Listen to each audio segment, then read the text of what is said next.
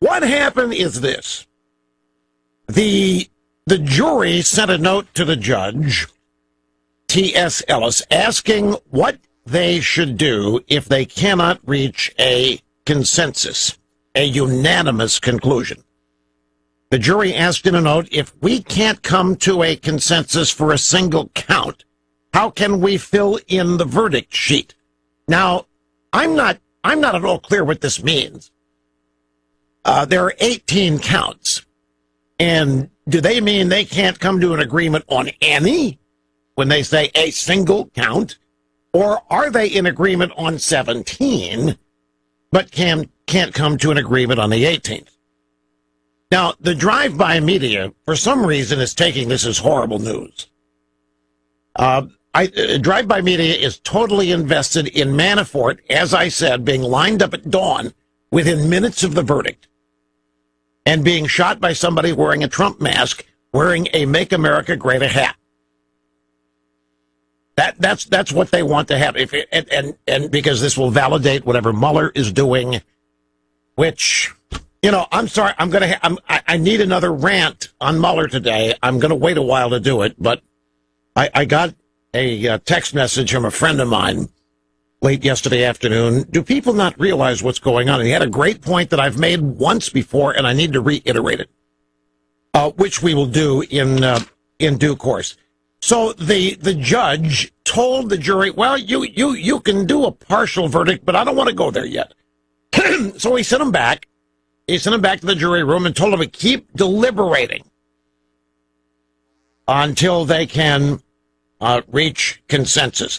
The jury said they needed a new verdict sheet, and they asked what not coming to a conclusion would mean for the final verdict. What would not coming to a conclusion mean for the final verdict? Well, what does it mean when you don't have a decision on a charge? Well, mistrial, hung jury, or what have you. But remember, there are 18 counts, and as I read everything about, everybody's assuming they've agreed on 17, and there's just one that they haven't agreed on. Now, if that's how everybody's interpreting it, and then the drive-bys are gloomy. I mean, CNN is gloomy about this. CNN, I think they were expecting this jury to, be gone less time than the OJ jury was. You remember how long the OJ jury was out? Just a little history here. I mean, the OJ trial, how many years did that go on? It seemed like, well, no, the actual trial. I mean, the case was, no, the trial was months. Remember all of that detailed DNA evidence that Barry Scheck presented? With all of that stuff, the jury has gone less than 3 hours, and they actually had their decision in 5 minutes. They just waited 2.5 hours to make it look like they had deliberated. And that contains some really technical stuff in it. I think the drive-bys expected Manafort to be slam dunk guilty inside of the first day, and then have the execution that night, within everybody gathering at the Old Ebbitt Grill for a party, which is right next to the White House. But that hasn't happened, so they're a little gloomy out there. But we'll just have to wait and see what it all means, because it really is unclear. Ladies and gentlemen,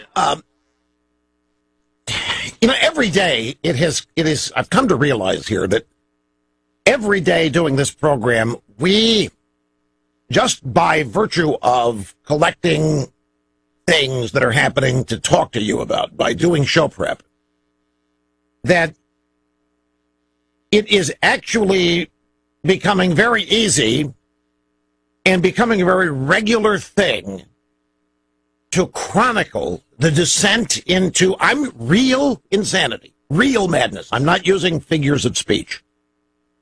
Real insanity, literal madness on the part of people on the left. And I have 3 examples today. One of them I mentioned yesterday at the end of the program. Grab audio soundbite number 16. I did have a chance to get to this yesterday because I only... yeah, there's one more folks, I went home yesterday. I was beating myself up all last night. I was just livid. And I've told him I've got to change the way I do this. Yesterday, I had on the soundbite roster, I had that audio of Phil Mudd going bonkers on CNN, which Trump has been tweeting about. Phil Mudd is on with Paris Denard, who's an African-American conservative, and just loses it. I mean, just literally loses his composure. He's a CIA guy. He's one of these swamp intelligence rats that makes up the deep state that just despises Trump. And he's lost his marbles. They all are losing their marbles, and they're doing it in public. In one sense, it's very helpful to Trump, if you ask me. He goes out and describes these people as Looney Tunes, and then they go on TV and act it out. So in that sense, it's helpful. But this guy is supposedly one of our most respected intelligence analysts. He's one of the men that we've been relying on for years. He's one of the men that we trust. The guy's losing his marbles on TV, talking to an African-American who's a Trump supporter. He can't believe it. He can't process it. He actually told Paris Denard to get the hell off the set. Well, anyway, I had it yesterday, and I forgot that it was there. I said, there's got to be a better way. Right now. Well, I don't want to burden you with this. It's not your problem. But I just forgot that it was there. It's like having to remember I've got 75 things here. And I forgot it. I was all prepared. If I could have been a near exclusive yet, then I go home and I see Trump tweeting about it. And I was just mad at myself like you can't believe. So that's one of the things we're going to get to earlier. I intended to get to that first, but then this stuff came up. The Manafort trial and my desire to document the fact that right before our very eyes, the left, which everybody thinks is going to sweep back into power in a massive blue wave landslide, literally losing its mind. They are literally going insane.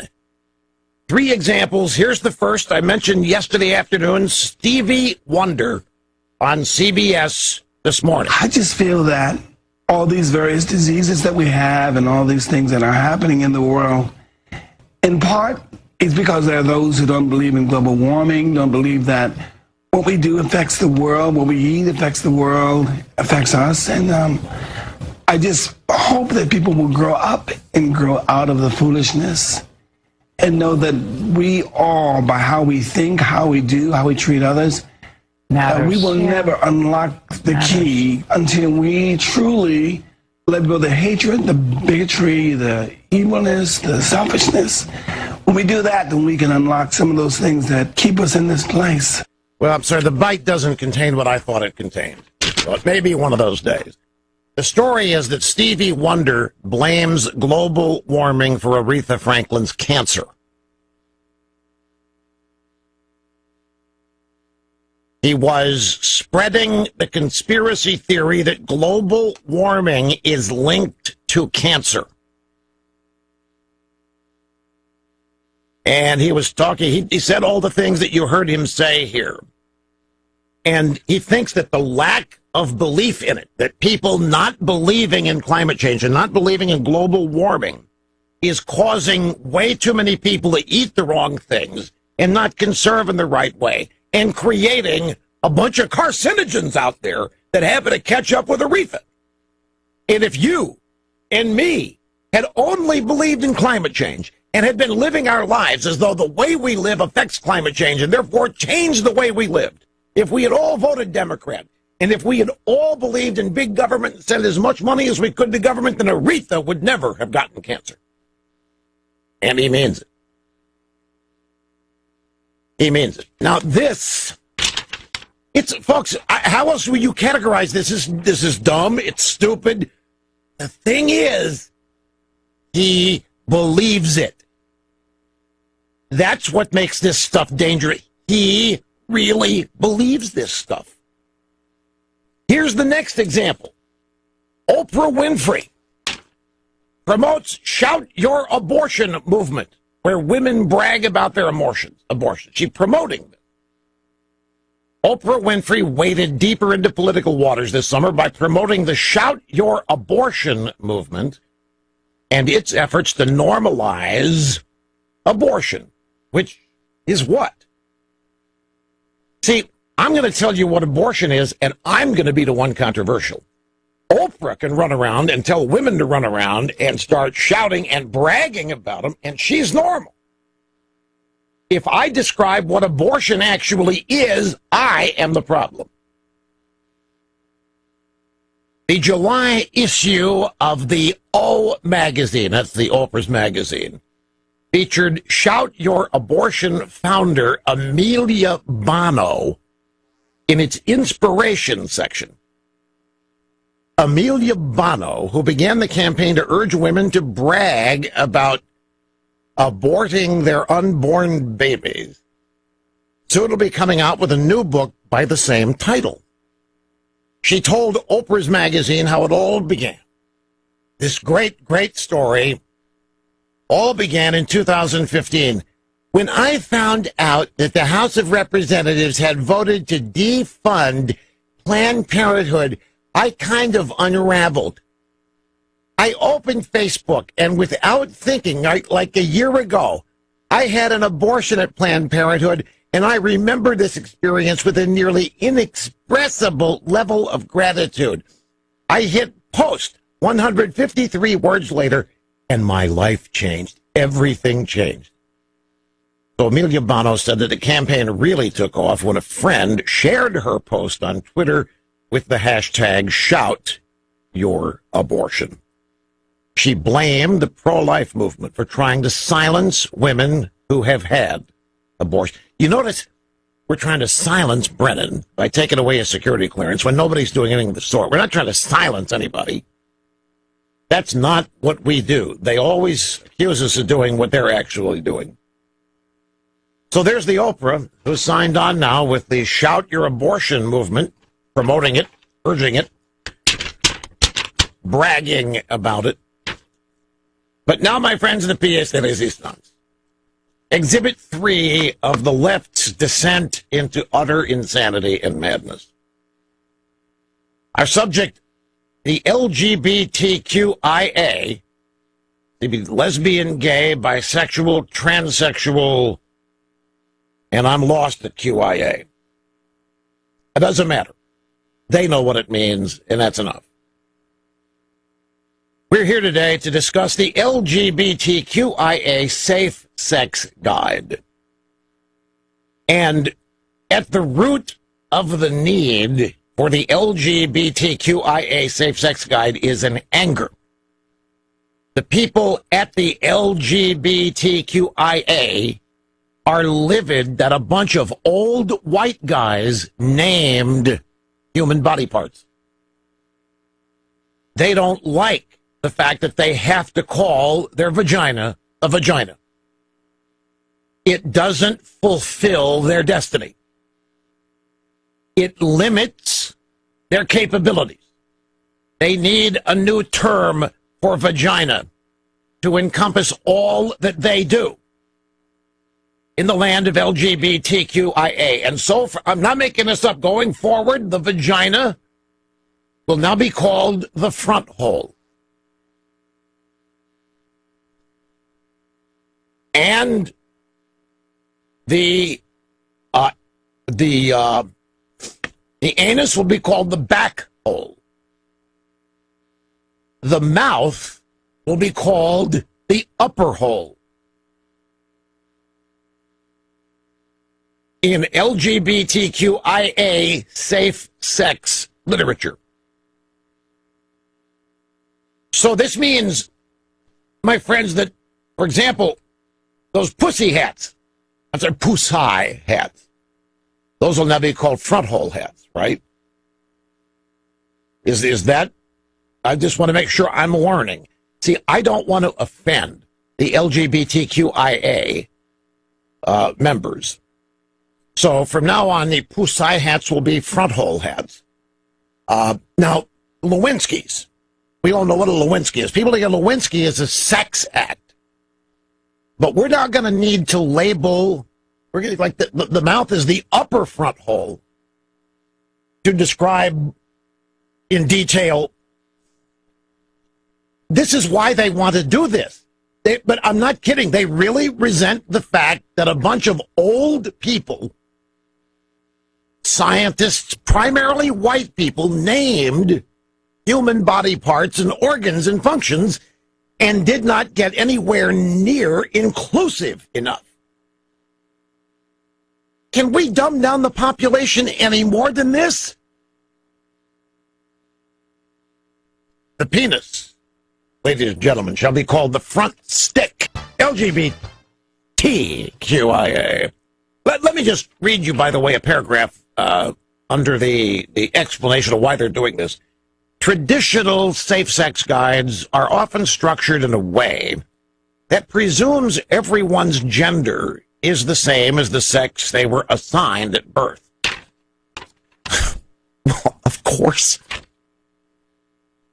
By the way, do you think you were assigned your sex? Is that how you look at it? Certainly, were you assigned a male?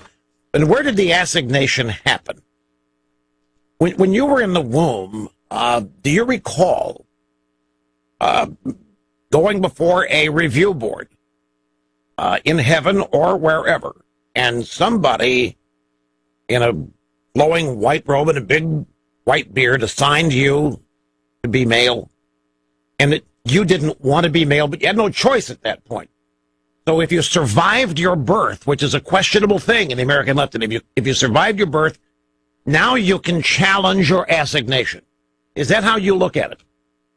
Did anybody that you grew up with in your demographic group or age group look at their sexuality that way? That somebody, somewhere, had assigned them their sex? And, okay, me either. I have never looked at my gender as an assignation, but these people clearly believe it. Traditional safe-sex guides are often structured in a way that presumes. See, right there you have prejudice. Somebody presumes that everyone's gender, and here are the possibilities they mention: male, female, non-binary, trans.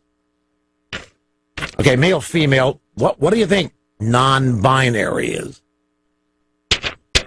So I don't know what binary would mean. You go both ways. You got both. Non-binary means you got nothing? That somebody forgot to assign you? That can't be what. Or else trans. Anyway, traditional safe-sex guides are often structured in a way that presumes everybody's gender is the same as the sex they were assigned at birth, which is male, female, intersex, or differences in sexual development. So it's because some people were misassigned.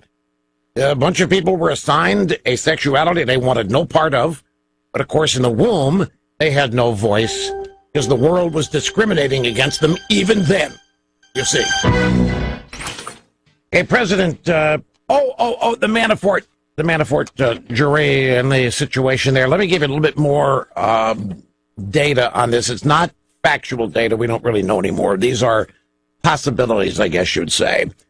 And it looks like there might be a partial verdict coming. And the judge did what most experts would suggest the right thing to do is. When the jury came back and said, look, we're having trouble coming to consensus or agreement on a single count. Now, again, I am Mr. Precision. I am Mr. Reality. And the way that's written, it's impossible to know what they're talking about. There are 18 counts. And they could have said, Judge, we can't come to agreement on a single count. Or it could mean, Judge, there's just one count we can't come to an agreement on. We don't know. I mean, I don't know. It seems to me that everybody's assuming that there are 17 counts the jury has come to a consensus unanimity on, only one count that they haven't. But I'm not sure. Anyway, the judge sent them back and told them to keep deliberating. He did tell them that a partial verdict is possible, but he doesn't want that. Now, if sending the jury back to finish the job does not succeed, and it probably won't, otherwise the jury would not have sent this note in the first place. The foreman is probably exasperated. He's probably, he or she, they're very frustrated that they can't come to unanimity here. And so when it looks bleak, that's when you go tell the judge. That's when you send the note to Dad. Dad, we can't agree on where to go on vacation, whatever the thing is. But that means they're frustrated, which means that even after the judge sends them back, it's highly unlikely that they're going to magically come to agreement on whatever it is they cannot agree to. So when it is determined by the judge that sending them back to try to finish doesn't work, that's when the judge can take a partial verdict. And that is where they would return a verdict on any of the counts that they have resolved unanimously. Now, the key with that is that once the verdict on those counts is announced in court, it is final. There is nothing that can be done to change it. So let's just play games. Let's assume that they've agreed on 17. But there's one count they can't agree on. So the judge sends them back. If those, and then they still can't agree, and the judge, you know what, it makes me think that it's all 18 that they can't agree on. But let's stick with what everybody does, because they got agreement on 17. One of them is hung. If they come back and the judge announces a partial verdict and they announce the verdict on the 17 counts they're unanimously agreed to, those 17 verdicts cannot be revisited when the jury is sent back again to try to resolve the one remaining count. Once a verdict is announced in court, it is final. And if the judge then persuades them to go back and keep deliberating on the unresolved counts, the jury cannot reconsider the counts they resolved in the partial verdict or verdicts which were announced in court. And that's why the judge first encourages them to try to reach a verdict on all the charges. It gets risky to send them back to deliberate on anything unresolved. If you let them return a verdict on some counts, and then after that they may try to change their minds on the resolved counts, and if that happens, then you've got an appellate problem. You've got a big can of worms if on previously announced verdicts the jury starts rethinking those. That's why judges don't like to send them back after partial verdicts are announced. So that's pretty much where we are. And again, I don't think anybody knows, unless I've missed something here, whether there's one count they're hung up on or all of them. And since I learned of this, I've not had time to devote myself to figuring that out myself. So until we know differently, we'll go with that presumption. And this is why it ticks me off that people can't be precise. But in this case, it's a jury that's imprecise, so we got to go with the flow. Judge, we can't agree on a single count. Okay, go back and keep chatting. We don't know if it's all 18 or just one. But as I say, looking at the faces of the anchors on CNN, they were very, very gloomy out there. You know, that execution at dawn looks like it's getting more and more problematic. Now, President Trump. This was a tweet from last night. Just watched former intelligence official Philip Mudd become totally unglued and weird while debating the wonderful Paris Denard over Brennan's security clearance. Denard destroyed him, but Mudd is no mental condition to even have a clearance himself. Should it be revoked? I saw that tweet last night, and I just started beating myself up like you can't believe. I really get mad when I find out that I had gold in the stack stuff and just forgot it. And so it makes I've got to find a different way of organize, because I've got sometimes 8 different stacks of stuff here, and after the first 30 minutes they're all intermingled and I don't know what's where. And it's impossible to use a computer or iPad for this. There's just not fast enough access. And so I forget that this was there, but I want to go back and play it now because it is outrageous. And what it illustrates is Trump is driving these people crazy. This is actually another example of the left genuinely going insane. And they're doing it in public. They're doing it on TV. And it's this kind of stuff they think is going to be attracting majority numbers of voters. All it's doing is convincing people that all of us talking about a deep state, a cabal, a bunch of people trying to overthrow Trump is real. These people are making it obvious that they exist.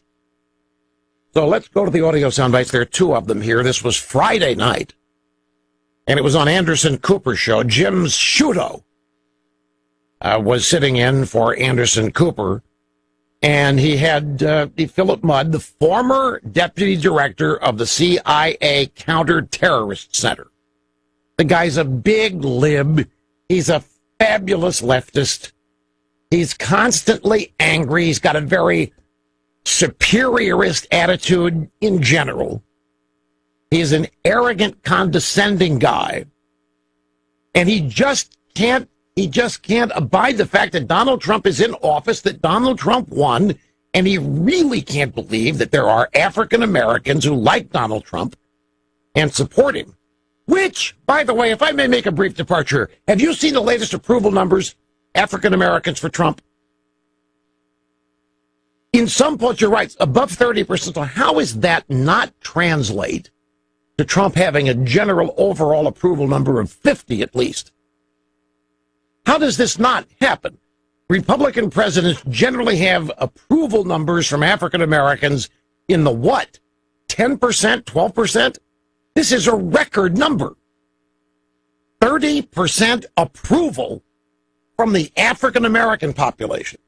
That is, and the unemployment numbers at a record low in the African American population and community. How can you have that high approval in the African American community and still be in some of these approval numbers at 40 or 44%? And then on the basis of that, you then next predict a gigantic blue wave of Democrats taking over the House. And then if you start digging deep, you find out that in a number of states that Trump did well, so are Republican candidates for the House, for the Senate, for governor. And then you find out in some states that the early voting, the Republicans are participating at a greater rate than Democrats. And then you find out that in some of these states, Republican registration is higher than Democrat. But yet we're told that all the enthusiasm's on the left. The Republicans are complacent and are sitting at home. It just doesn't make any sense.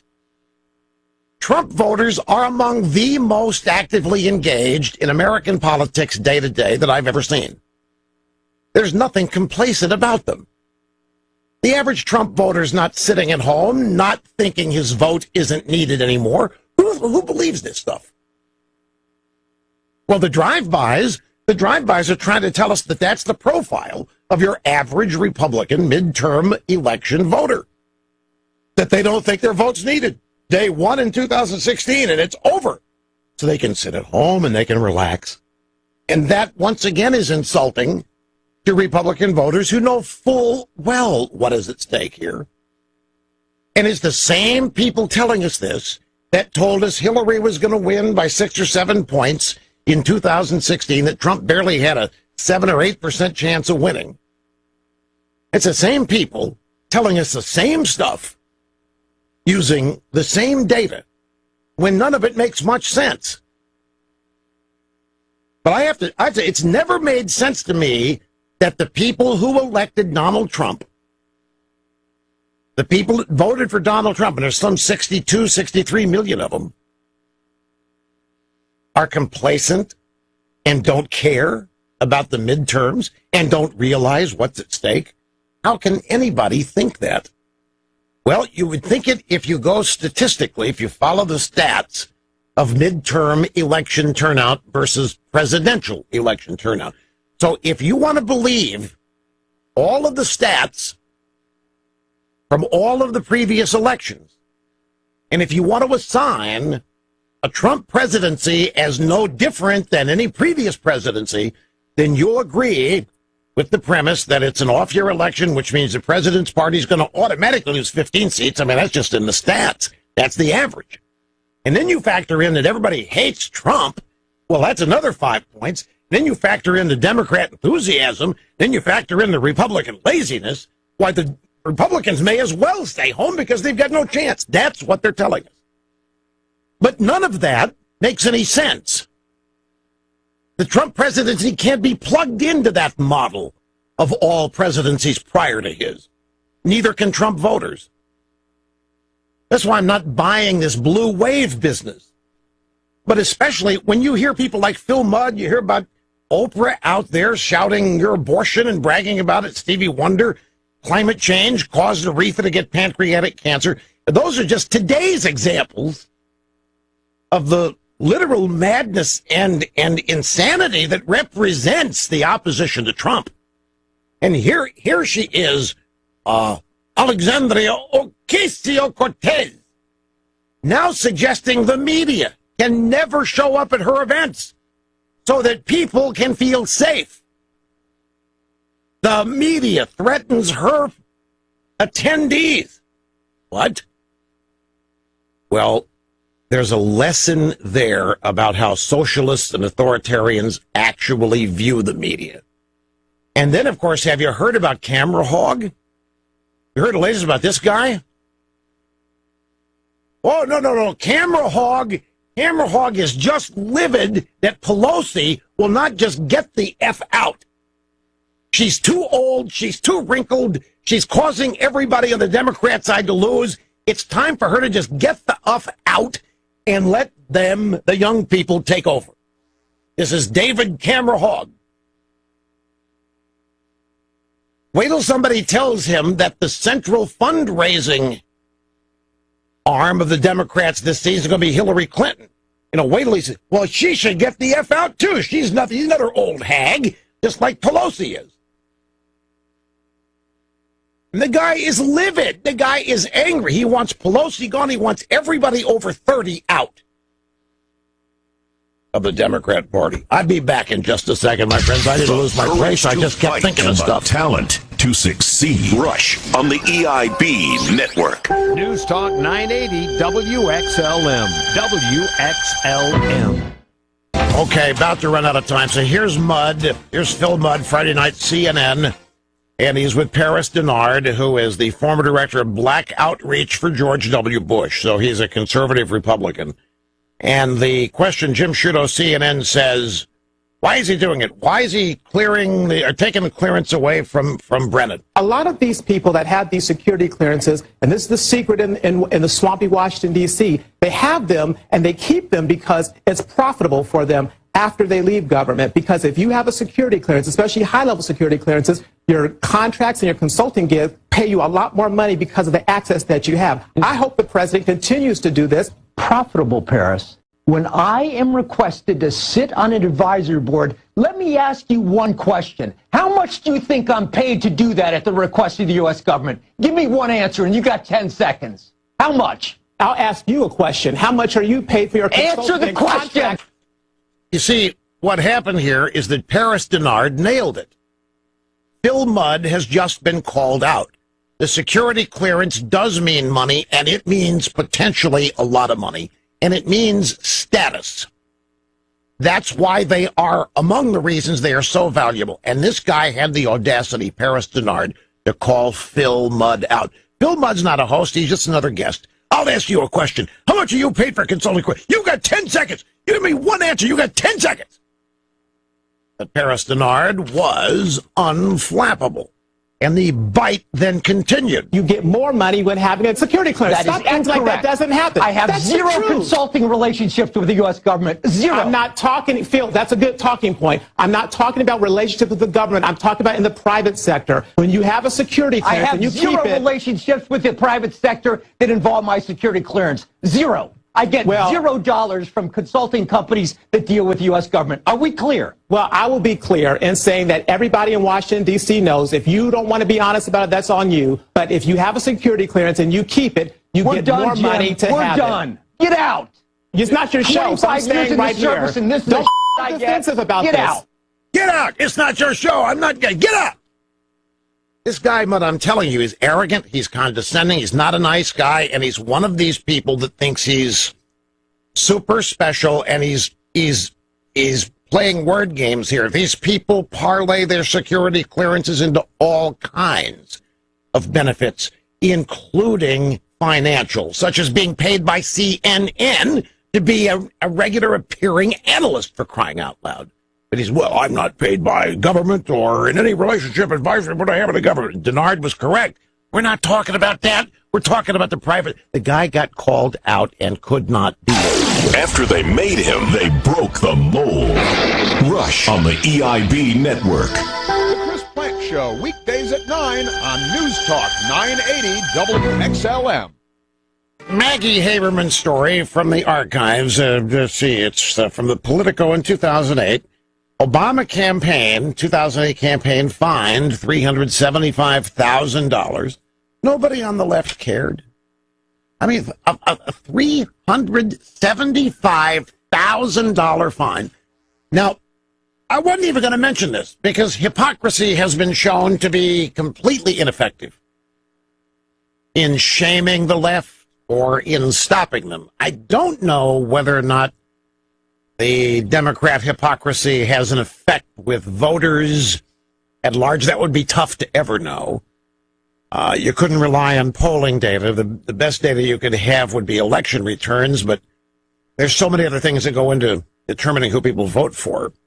But my sense is that that's just one story. I have stories of how Eric Holder looked the other way at constant Obama campaign violations, financial violations. They just weren't going to hold Obama accountable to any of it. But they didn't. The point is they didn't care. And they didn't think anything was threatened. They didn't think the American political system was in danger. They didn't think that the activity was criminal. It certainly didn't warrant being pursued. And it was the same media reporting it. President Barack Obama's 2008 campaign fined $375,000 by the FEC for campaign reporting violations, one of the largest fines ever levied against a presidential campaign, Politico has learned. The fine arose from an audit of the campaign published in April of 2000. Let's see, this would be I guess it'd be 2009 when this. No, I'm sorry. 2013 is when this story ran. I got so many damn dates in here I can't have to. Anyway, that's not when it ran. Doesn't matter. The point is, Maggie Haberman, now at the Times, was at the Politico writing about how Obama's campaign violations resulted in the biggest FEC fine ever, and nobody on the left cared about it after they reported it. And there are countless other stories like this that illustrate the hypocrisy of the left over and over and over again, and it never seems to have any kind of impact whatsoever. Mark Penn, we have cited his work. He's a pollster at Harvard. He was a pollster for Hillary. He has deep ties to the Clintons in the 90s. He's always been perceived as a loyal Democrat. He runs a polling unit at Harvard now that is fairly reputed, very highly reputed, and considered to be accurate. And if you didn't know, but you would never know, this guy was a Democrat. He has been defending Donald Trump famously, and he's been doing it very well for the past 2 years.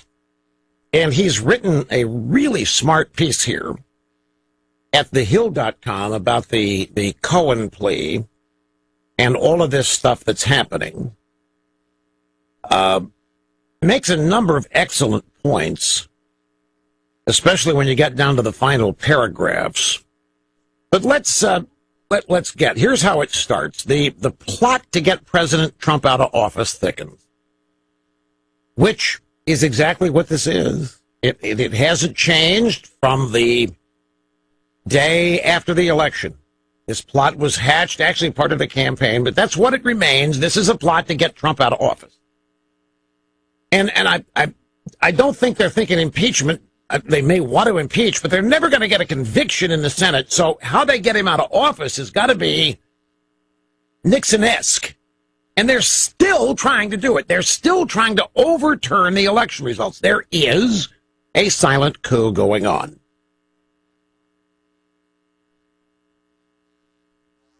Michael Cohen obviously was his own mini crime syndicate. He decided that his betrayals of Trump meant that he would be better served turning on his old boss to cut the best deal with prosecutors he could rather than holding out and getting the full Manafort treatment, which everybody thinks is going to be a pardon.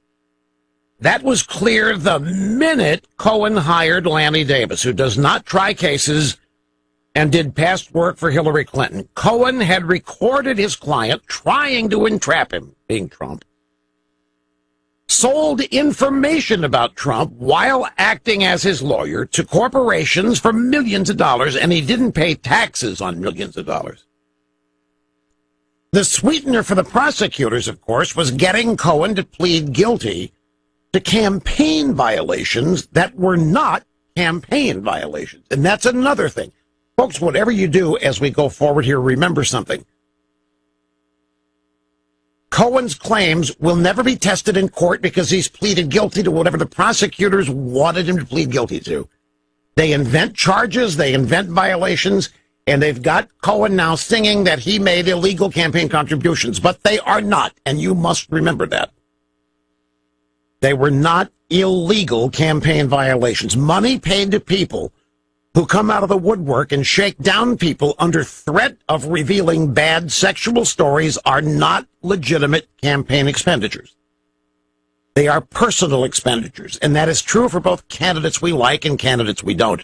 This is a reference to the point that I made about a half hour ago, and that is, as part of federal election law, if there is another completely reasonable explanation for an expenditure, then it can be exempted as something illegal and a campaign contribution. For example, let's use Stormy Daniels. Let's say Trump wanted to pay her off and Cohen do it, however it happened. If there is a reasonable explanation, i.e. Trump didn't want his family to find out, i.e. Trump wanted to preserve his reputation, then that suffices as a legitimate reason and does not qualify as a campaign finance violation. Look at the people that write these laws or candidates themselves. They have exempted themselves in I don't know how many number of ways. The FEC is specifically used to target Republicans, like the DOJ is now. We have a two-system Justice Department now. Democrats innocent, Republicans guilty. Democrats not charged, Republicans constantly perceived guilty. Make no mistake about that. We do not have a single system of justice, even at the DOJ. But this is true, too, about this campaign donation stuff. If there is a reasonable, logical explanation for an expenditure, then it can be exempted from the purview of election law. And that's what Mark Penn is saying here. They're personal expenditures. It's true for both candidates we like and candidates we don't. Just imagine if candidates used campaign money instead of their own money to pay people like Stormy Daniels to keep quiet about affairs. They would be indicted for misuse of campaign funds for personal purposes or for tax evasion. So it's not a violation of federal election law to personally pay people money. And the stretch is all these Democrats and the DOJ say, well, that is an in-kind campaign contribution. Well, let's go down that road, because what is all this media coverage against Trump worth to the Democrats? Well, you want to talk about in-kind campaign donations? How many billions and billions and billions of dollars in free media have the Democrats been given in the last year and a half? And that's the stretch they're making here with these payments to Karen McDougal and Stormy Daniels. but they were personal. And as long as Trump has given more money to his campaign than he's paid out, it's moot anyway. And I can guarantee you that Trump has lent or spent or donated more money to his campaign than he has paid out to these babes. Oh, there's another thing. There's some numbskulls running around that saying Trump violated campaign law by donating to his own campaign. Earth to media. There is no limit on how much a candidate can give his campaign. There are limits on how much donors can give, but there's no limit on how much a candidate can spend of his own money on a campaign. Trump can't violate campaign law limits. Donating to his own campaign, this is absurd. There appear to be two payments involved in this unusual plea. Cohen pleaded guilty to a campaign violation for having coordinated the American Media Incorporated payment to Karen McDougal for her story, not for actually making the payment. Cohen pleaded guilty for having coordinated the payment, not making it. So Cohen is pleading guilty over a corporate contribution he didn't make. Think about this for a minute. Suppose ABC had paid Stormy Daniels for her story in coordination with Michael Avenatti, or maybe even the Democrat National Committee's law firm, on the eve of the election. By this reasoning, if the purpose of this money paid just before the election would be to hurt Trump and help Clinton win, this payment would be a corporate political contribution. If using it not to get Trump would be a corporate contribution, then using it to get Trump also has to be a corporate contribution. That's why neither are corporate contributions, and this is a bogus approach to federal election law. That's Mark Pence. In other words, folks, any negative story about a candidate in the media could be seen as a campaign contribution by his logic. So it's absurd to say that not printing a negative story is a contribution. And this is what they're saying, that Cohen paid everybody off. American media is the National Enquirer. They're saying he arranged a payment so they would not run a story, and that not running the story is a campaign violation. And it isn't. But that's the kind of stretching they're doing to make this appear illegal. Now, when it comes to Stormy Daniels, Cohen made a payment a few days before the election that Trump attorney Rudy Giuliani says was reimbursed. Now, first, given that this payment was on October 27th, it would never have been reported before the election campaign. And so for all intents and purposes, it was immaterial as it relates to any effect on the campaign. You know, I always wondered about this. That check was written on October 27th. The election is a couple of weeks later. How in the world does that money have any impact on this campaign? Whatever it was, $100,000, $150,000, $95,000, whatever it was. At that point, all the money that you're going to spend on a candidate's been raised, and it's been targeted, allocated.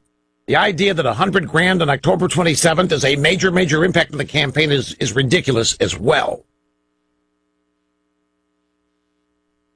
It would never have been reported either before the election. The next reporting period was not until after the election.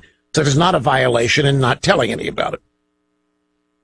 What is clear in this plea deal is that in exchange for overall leniency on his massive tax evasion, Michael Cohen is pleading guilty to these other charges as an attempt to give prosecutors what they want, a Trump connection. There isn't one. There isn't a Trump connection to collusion. There isn't a Trump connection to obstruction. There isn't a Trump connection to this. They are forcing Cohen, and he's scared to death of them, to allocute and to admit that he did these things at Trump's behest, because the prosecutors know it's never going to be tested in court. He's copping a plea. There won't be a trial. So he can say whatever he wants, and the prosecutors can make it appear that that's dead 100% certain. And the effort here is to link Trump to all of this. The usual procedures would be for the FEC to investigate complaints and sort through these murky laws to determine if these kinds of payments are personal in nature or more properly classified as campaign expenditures. Now, here's the money part of this. Contrast what is going on here with the treatment of the millions of dollars paid to a Democrat law firm, Perkins Coie, which in turn paid out money to political research firm Fusion GPS and a British ex-spy, Christopher Steele, without listing them on any campaign expenditure form. Millions of dollars paid to Perkins Coie, and then that money is funneled over to Michael Steele via Fusion GPS. All of this to create the phony baloney Steele dossier, which is political opposition research, and none of this money is reported. Despite the fact that there are laws and regulations that the ultimate beneficiaries of the money have to be listed. The recipients of Clinton money have to be listed, and they were not. There is no question that hiring spies to do opposition research in Russia is a campaign expenditure.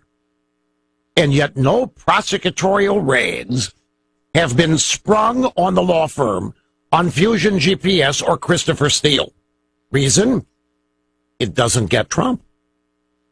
Since this is about getting Trump, there's no way they're going to investigate Hillary. She's been exonerated already. So Trump spends $130,000 to keep the lid on a personal story, and the full weight of state government prosecutors comes down on his lawyer, tossing attorney-client privilege to the wind. Democrats spend potentially millions on secret opposition research, and no serious criminal investigation occurs. Just add this to the reasons this has me so frosted and why all of this is a fraud. Mr. Integrity, Mr. Honor, Robert Mueller knows all of this law-breaking went on and is ignoring it. And so does everybody else in this investigation know that everything about this is bogus and fraudulent, and it didn't happen. And yet they pursue it while at the same time ignoring the real crimes that they participated in themselves. And that's why I say all of this is an ongoing, continued cover-up. Remember, the feds tried a similar strategy against John Edwards in the 2012 case, and they failed. Greg Craig, a lawyer who worked for both Clinton and John Edwards, said the government's theory is wrong on the facts and wrong on the law.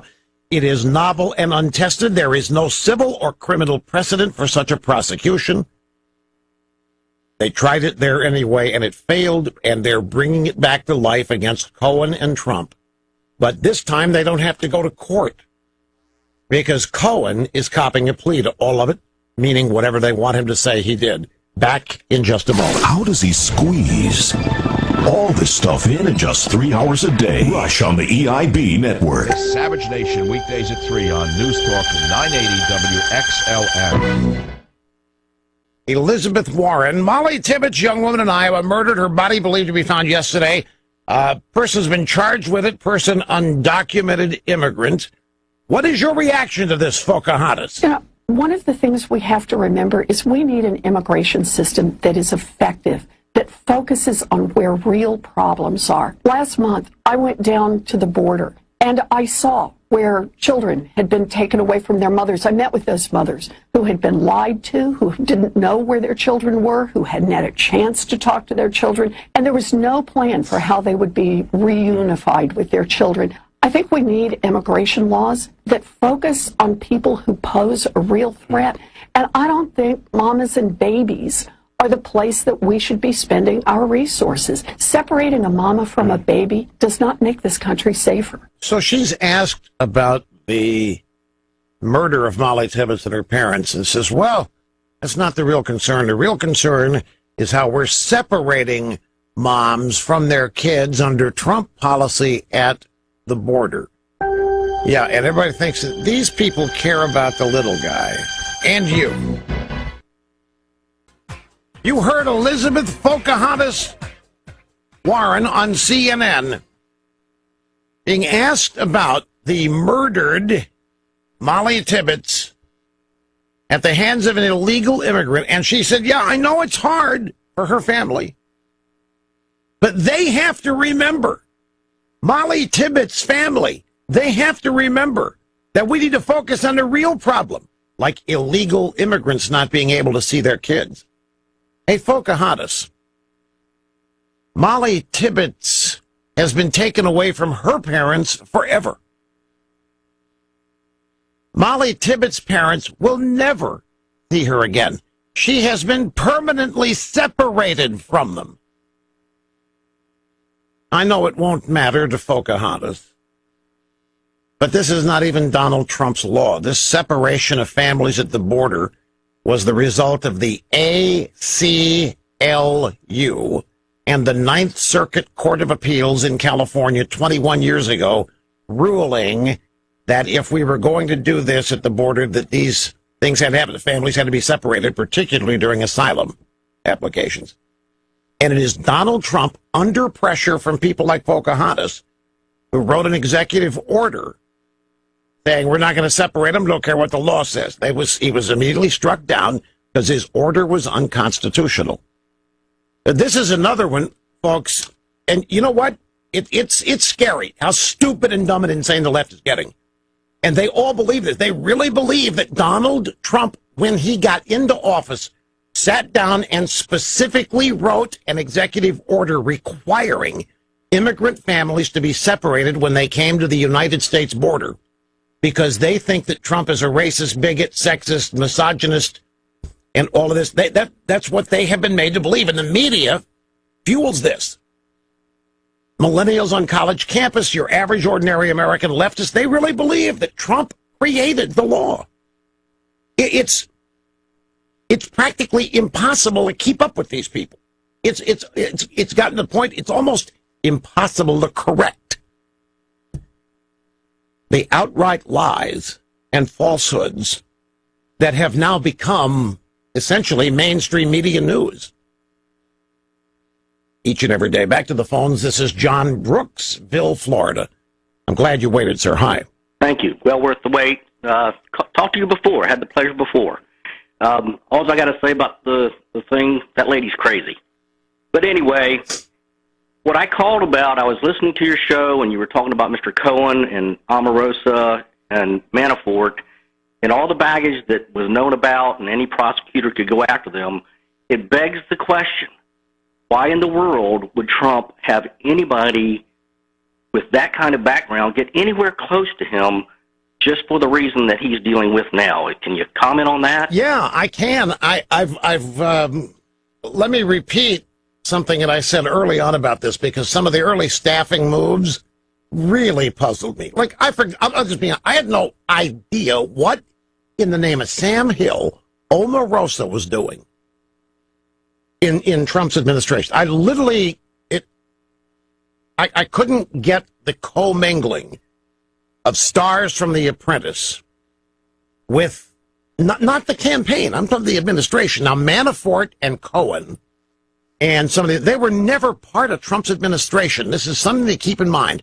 They were part of the campaign. Now, Cohen never was. Cohen was never part of anything. Manafort was for just a little over 3 months, for like 100 days. But there were some other staffing decisions that Trump made. I don't want to name any names. They're gone now. But I asked you to think of something, and I'll run this by you again, John. Imagine you run for president, and you win. It's pretty much what Trump did. Trump does not come from a political career or lifestyle. Over the course of his life, the greatest contact Trump has had with politicians is donating to them. But his circle of friends does not include people that went to Ivy League schools that have been trained to be diplomats and bureaucrats. So he's like you or me. If I ran, I'll use myself. If I ran for president, and I know millions of you think I should, if I'm elected, the night that I'm elected, I can tell you honestly, I do not know enough people to fill out my cabinet. I do not know enough people personally that I think would be qualified to be put in a cabinet. I'd have to ask for advice. This is where I would need advisors. You're frowning at me. You think I'm wrong about... Okay, look, I could put my childhood friends from Cape Girardeau in charge of the agriculture department, right? Because we had to drive through farms to go to school. Okay? I'm trying to be honest with you here. I do not know. Like George H.W. Bush, he knew all those guys. He knew Mosbacher at Commerce. He knew James A. Baker. He'd spent his life at the CIA, the United Nations. He was a establishment guy. Those people all know each other. I wouldn't, Attorney General, who am I going to go get? Who do I know could be a good Attorney General? My brother. Okay, put my brother in there. Maybe I hire Mark Levin. He'd be good. He'd be an Attorney General.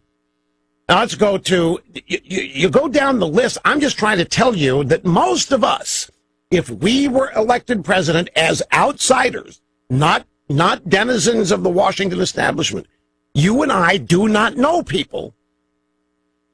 Maybe you do, but I'm just trying to tell you when it comes to filling out, and that's just the cabinet.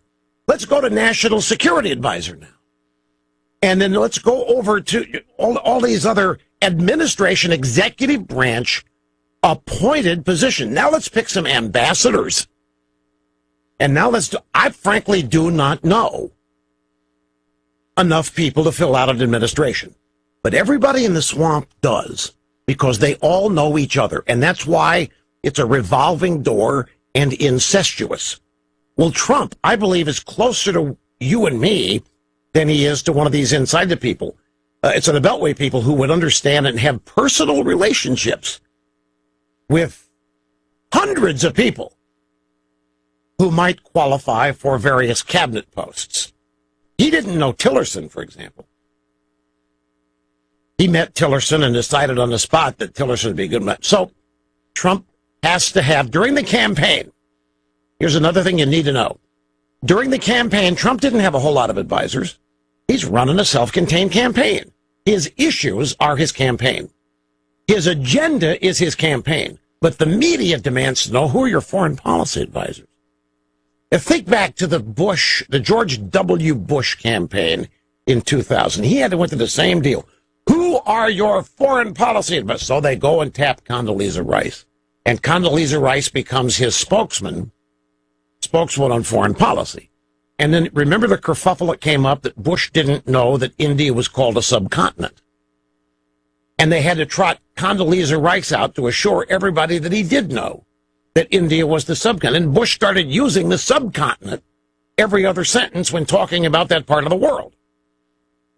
The media demands to know who's going to be your national security advisor. And the media then wants to know who's advising you in the campaign on economics.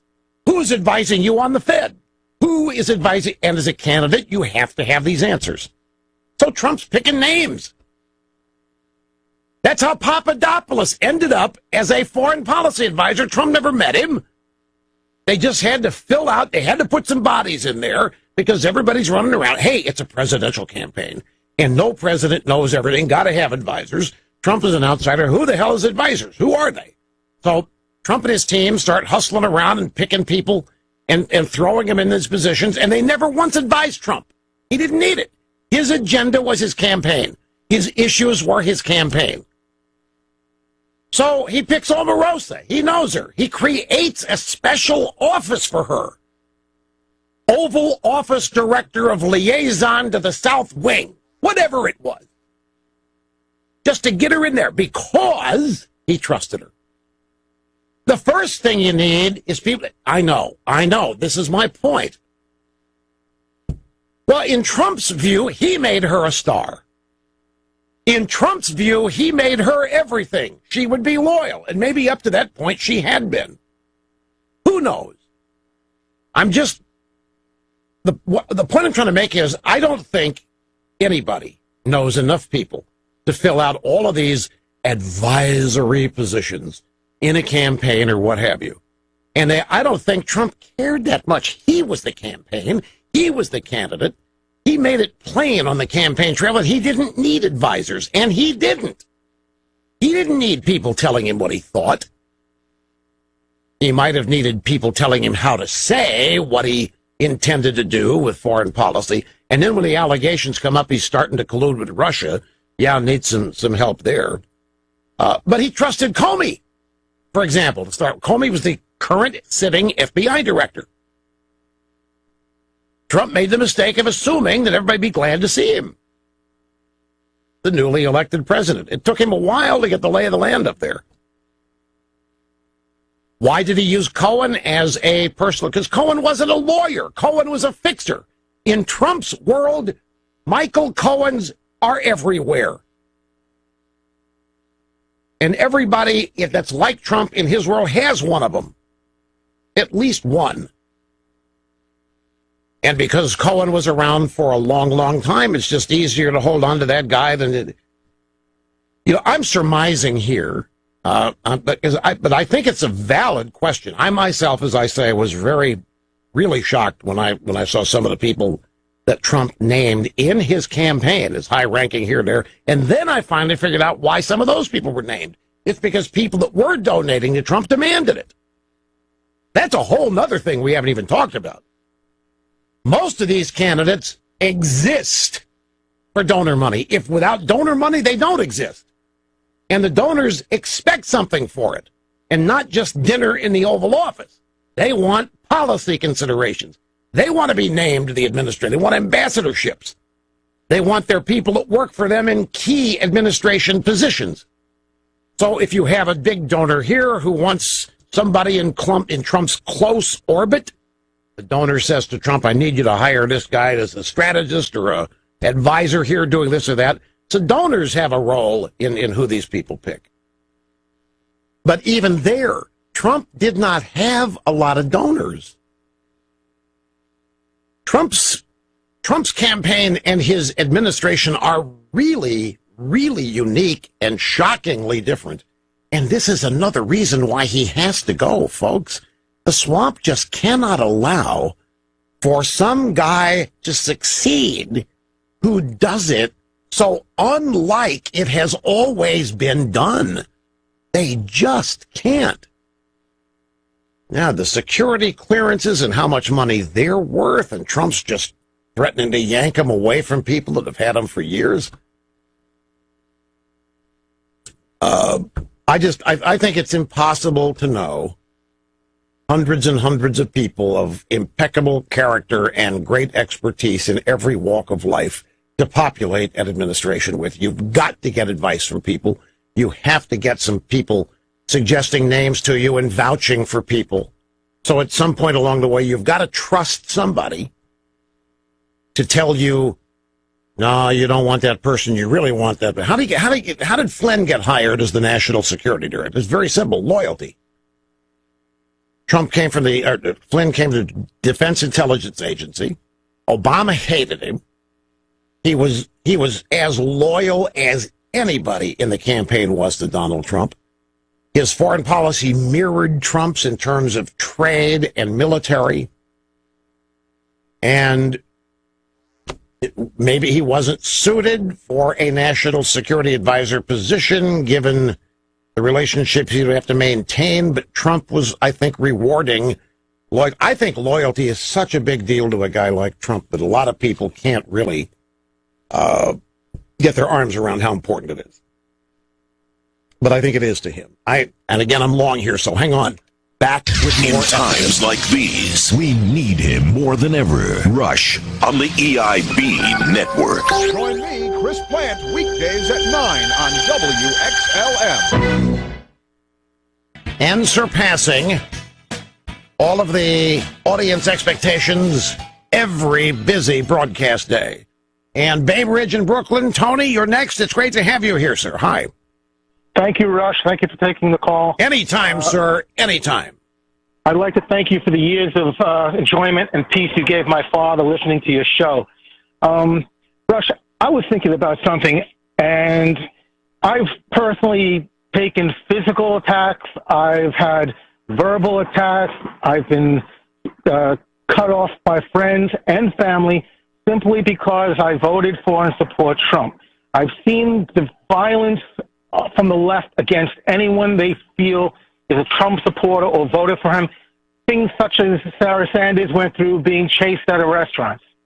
When I heard that the media wasn't asking, but they were demanding for the names and addresses of the jurors, the first thing that came to my mind was, if I was a juror and I saw all these physical attacks and harassment on anyone who did anything positive or anything related to Trump, I would have a tremendous amount of fear if I wound up being one of the few jurors or the juror who kept a conviction on any one of these trials.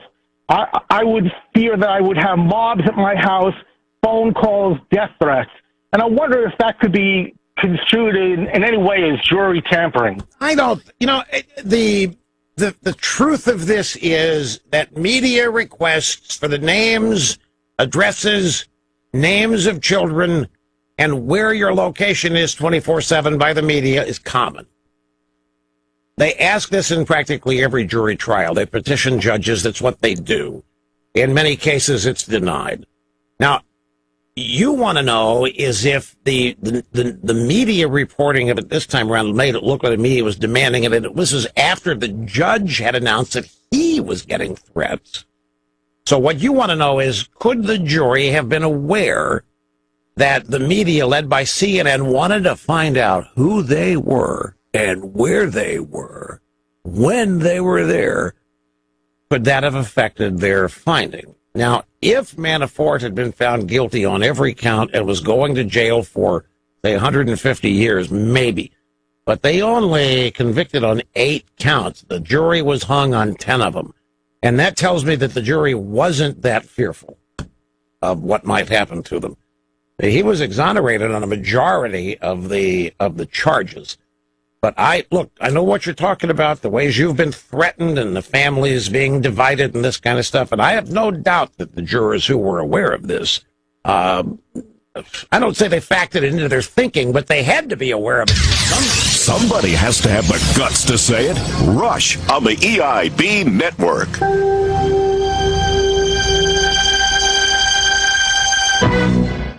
The media forgets how quickly Trump fired Manafort the minute he heard he might be corrupt, same with Michael Flynn. But look at all the corrupt people in the Obama administration that he did not fire. Lois Lerner, John Koskin, and the IRS.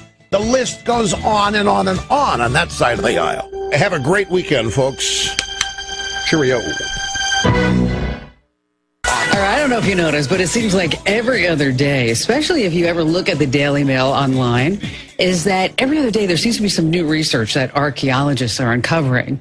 And word out this past week that what they found is that the early settlers to North America, they actually took more than one route to get here. And unfortunately, the settlers who used Apple Maps, they never got here altogether.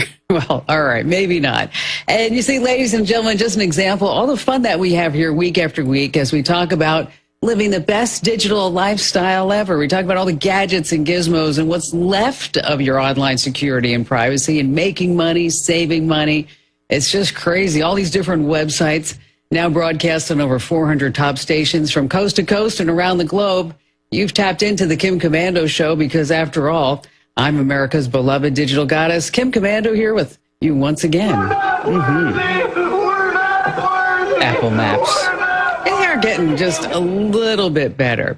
Hey, listen, I'm sure you have at least a few questions about something digital I can lend a hand to. And if you're looking for some trusted advice, here's the number. 1-888-825-5254 is the way to join us. Once again, that toll-free number is 1-888-825-5254. And as you're calling in, let's get this party started already with our Global Tech News of the Week update. We put this together for you every week so that this way you know exactly what's going on in the tech industry and how it affects your life. And we're going to start off with something that you may not have heard about. We all know about a credit score, of course. But do you know about your trustworthiness score? Well, that's the one that Facebook is assigning all of its users. That's right, the company that we trust, yeah, right, probably not, is assigning all of us on Facebook trust scores. All right, here's what's going on behind the scenes. Very quietly, over the past year, Facebook, they've been trying to come up with a kind of rating systems for users. because it's been absolutely clueless in seeing the difference between fake news and real news, Facebook's management has come up with what they're calling the reputation assessment. Is that person trustworthy or not? Do they report a lot of stuff to Facebook that's fake news, and it is, in fact, not fake news, it's real news? All right, it's really hard to start on talking about this one. After all, we have the 4,000-pound elephant in the room. Facebook itself has a huge credibility problem. We all can remember, and I can actually see that image of Mark Zuckerberg squirming on a cushion in front of Congress. And then there's the issue of how Facebook comes up with this trustworthiness score. In short, they're not telling, so the bottom line here is that it's not going to take very long before the first lawsuits from those people who have been deemed untrustworthy to actually hit the courts. But this is reason number, 1,836 on why you should be quitting Facebook. All right, let's move on. Let's talk about how there's truly an app for everything out there.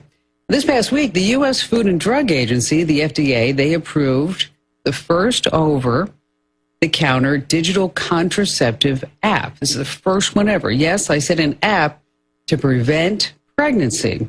And no, it's not called Pokemon Go. It's called Natural Cycles. Here's how it works. The basal body temperature readings and monthly data is fed into the app that tells users whether or not they should be having unprotected sex.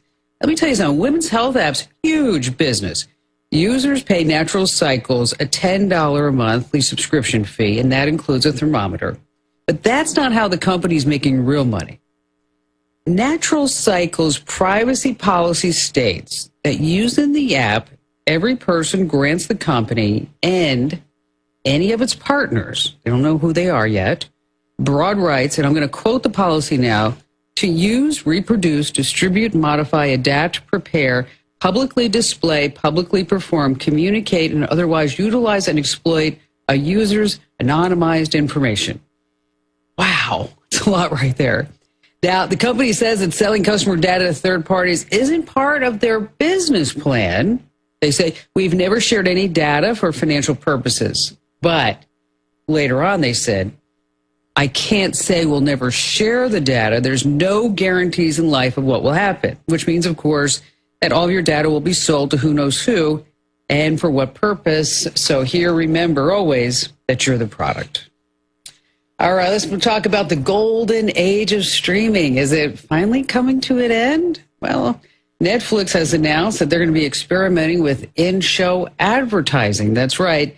Now, the first ads are for commercials for other shows on the network. Well, that's the way Netflix is testing this. They just want to see how ticked off you're going to be by looking at ads within their programming. So I have to shove an ad in there to see how you're going to feel about it, and then pretty soon there's going to be ads for beer and chips. Mark my words on that one. All right, here's an insider tip is that you can opt out. You need to open Netflix in a browser on a computer, tablet, or phone. You cannot do this, cannot opt out of the ads in the Netflix app.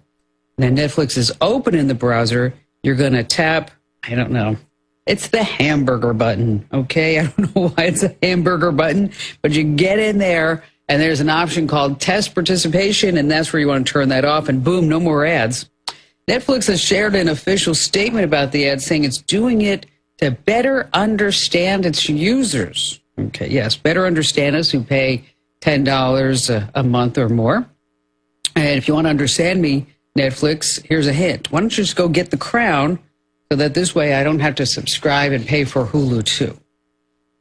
All right, a crazy thing I saw this past week was a research report that says millennials say taking a vacation is just as important as taking Instagram photos during that vacation. So if Instagram was down, the millennials say they would just rather not take a vacation at all because they wouldn't have any reason to take any pictures. So to add fuel to the fire, welcome to a new addition to cities all across America. They're called Instagram playgrounds. That's right. So forget swings and slides in a basketball court.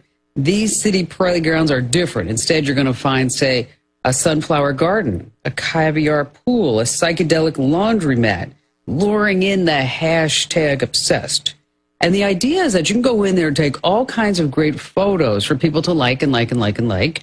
And it's not cheap. You didn't expect it to be free, did you? People pay between $18 and $45 to take as many shots as they can, say in an hour or so.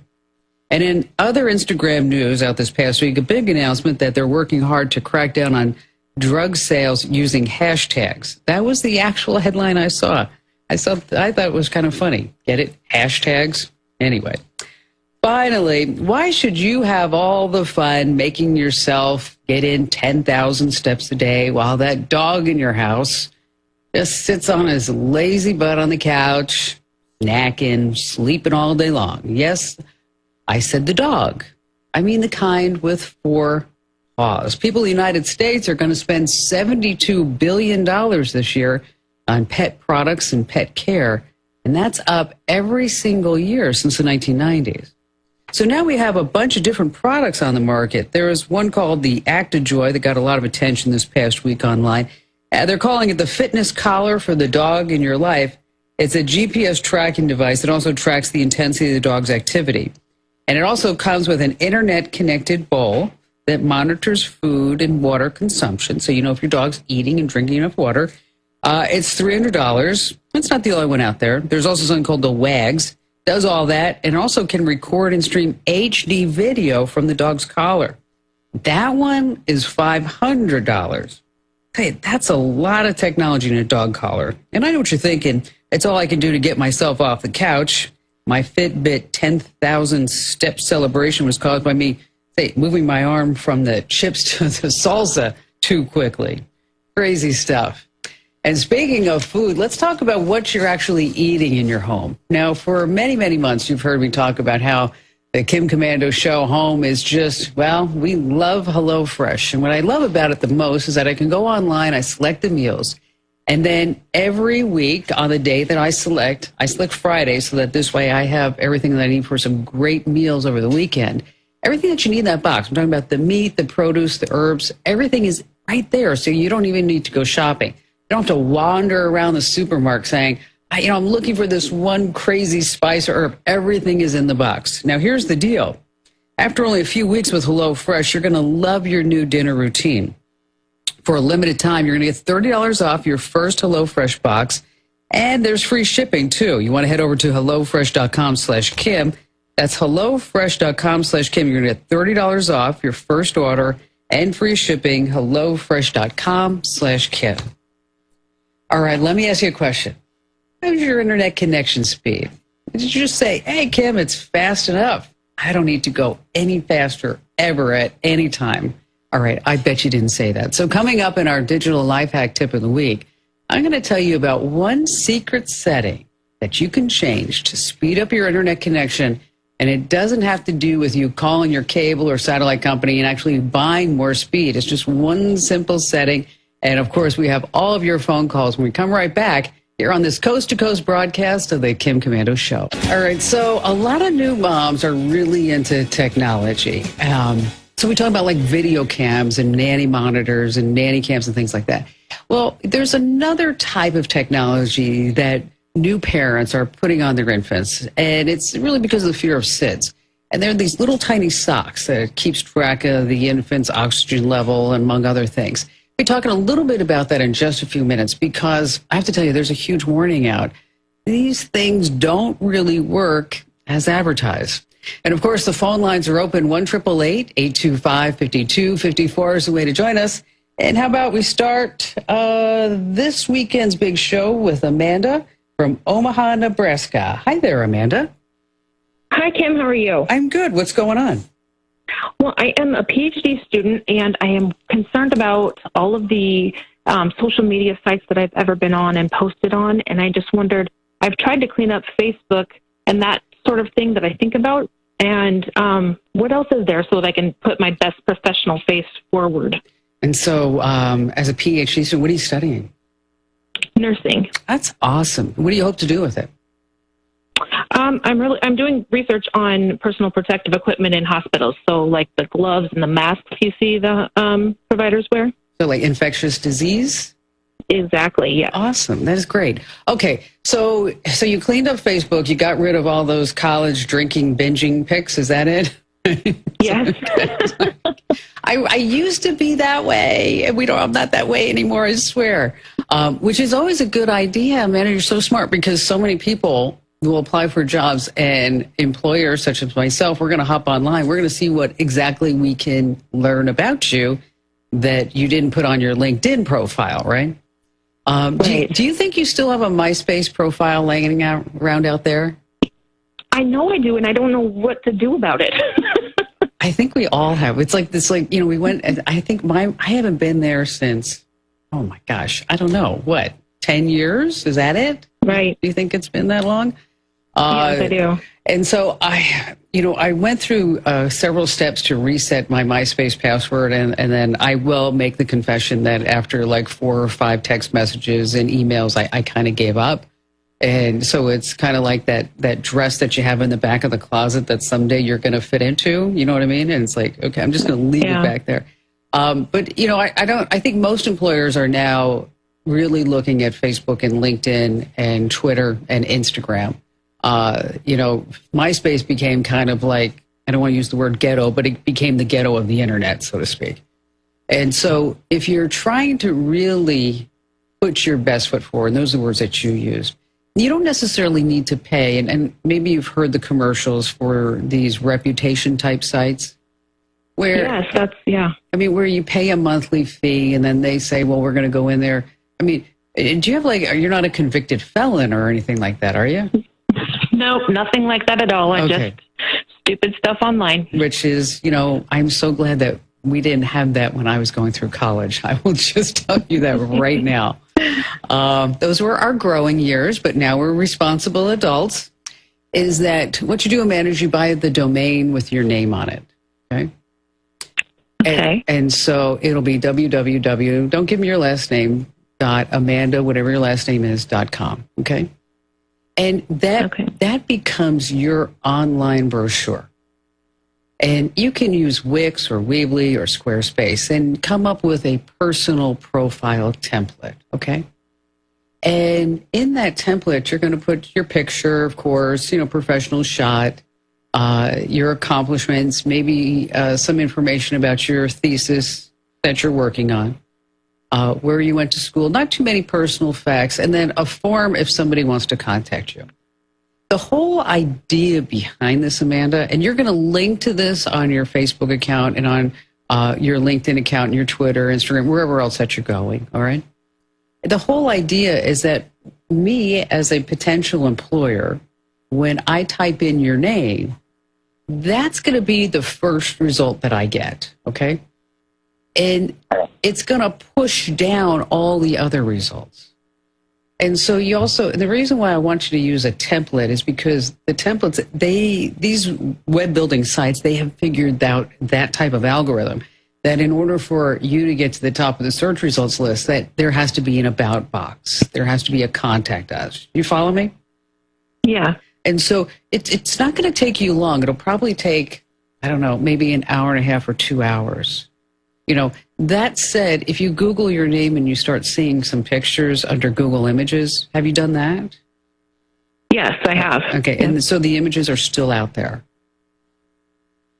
Right, they are. Okay. Are they on Facebook or where are they? Facebook. Okay. You're going to have to ask that person to untag you, okay, from those photos. Okay. Another thing that you can do is you can delete your Facebook account.